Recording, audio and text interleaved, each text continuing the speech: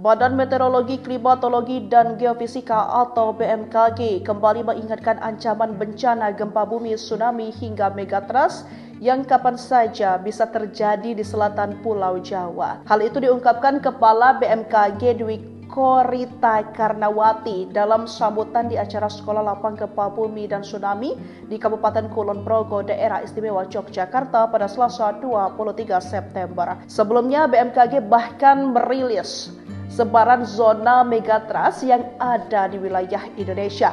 Megatrust sendiri adalah zona di mana dua lempeng tektonik bertemu dan salah satunya menyusup ke bawah yang lain. Dikutip dari Instagram BMKG, setidaknya ada 13 zona megatrust di Indonesia.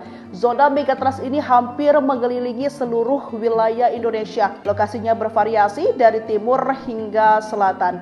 Lembaga itu juga menegaskan bahwa Indonesia memiliki sejumlah zona megatrust yang tinggal menunggu waktu untuk melepaskan energi. Istilah tinggal menunggu waktu bukan untuk menakut-nakuti, namun sebagai bentuk pernyataan ilmiah.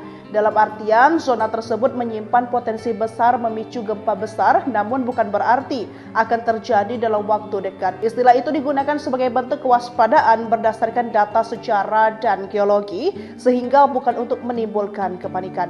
Segmen megatrust di Selat Sunda terakhir kali melepaskan gempa besar pada tahun 1757.